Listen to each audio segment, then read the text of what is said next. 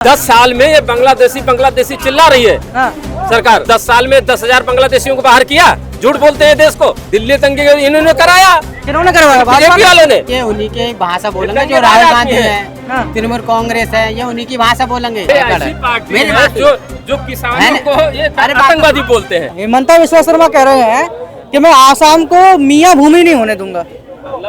मियाँ भूमि नहीं बनने दूंगा। मियाँ का मतलब समझते ही होंगे आप। मियाँ भूमि नहीं होने दूंगा आसाम को। अरे मियाँ भूमि मतलब ये संविधान में करना क्या चाहते हैं? मतलब मियाँ भूमि का मतलब तो बता दो। क्या करना चाहते हैं? वो बोल रहे हैं भाई कि आसाम में पहले 12% मुसलमान थे, अब 40% है। तो इसलिए अब वो हेमंता विश्वा शर्मा बोल रहे हैं कि भैया इसको मियाँ भूमि नहीं होने दूंगा।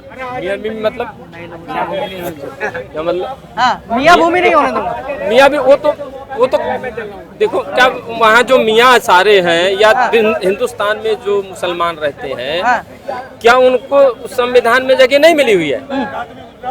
उनको ये तो पता होना चाहिए। नहीं, वो बोल रहे हैं कि भाई सारे यहाँ पे बांग्लादेशी घुसा रखे हैं। बांग्लादेशी घुसा रखे तो 10 साल में 10,000 बांग्लादेशियों को बाहर किया। झूठ बोलते हैं देश को।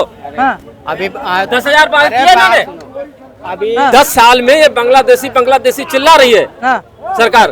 10 साल में 10,000 लोगों को गिनाएंगे। लेकिन जैसे एनआरसी लेकर आए थे तब तो विरोध कर रहे थे। मेरा सीधा सा सवाल है, आप इनसे पूछो 10 साल में 10,000 बांग्लादेशी यहाँ से चले गए कि नहीं चले गए, वो पूछो। मैं वही आपसे सवाल पूछ रहा हूँ कि एनआरसी जब सरकार लाई थी तो विरोध क्यों था? विपक्ष विरोध क्यों कर रहा था? कौन विपक्ष विरोध क्यों कर रहा था? शाहीन बाग में जो धरना हुआ था ऐसा कुछ नहीं था। विरोध कुछ नहीं था। विरोध नहीं था शाहीन बाग में। 2020 में दिल्ली दंगे नहीं हुए? दिल्ली दंगे इन्होंने कराया। किन्होंने करवाया? बीजेपी वालों ने। दिल्ली दंगे भाजपा ने कराया। ये बता तो रहे हैं, ये उन्हीं की भाषा बोलेंगे जो राहुल गांधी है, तृणमूल कांग्रेस है, ये उन्हीं की भाषा बोलेंगे। कराएगा कौन और नाम आएगा बीजेपी। दिल्ली दंगे किसने करवाए थे? पता नहीं पता किसने करवाया दिल्ली दंगे? मेरा मालूम किसने करवाया दिल्ली दंगे? अरे मैं मौजूद था भाई जो सरकार में चल रहा है इन्होंने कराया ना भाई। ये नफरत अगर भरेंगे तो क्या होगा इस देश में? शाहीन बाग में तो मोदी तेरे टुकड़े होंगे ये वाले नारे लग रहे, तो ये कहाँ से करवाएंगे? ये आजकल का इस देश का जितने भी नागरिक हैं 140 करोड़ की बात करते हैं, सब पढ़ा लिखा है। वो जो 70 साल की बात की वो जमाना चला गया। अब सबको मल बिठा के साथ में बिठा के उनसे सलाह करनी चाहिए। ये सलाह नहीं करते हैं।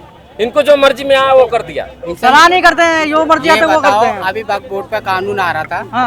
वक्फ बोर्ड जब 1947 में आजाद हुआ था, उसकी 4 लाख कुछ जमीन थी। आज की डेट में 9 लाख कुछ है। 9 लाख एकड़ है। मेरी बात जो किसानों को ये आतंकवादी बोलते हैं। किसान अब आतंकवादी बोलते हैं। उस पर बिल आ रही है।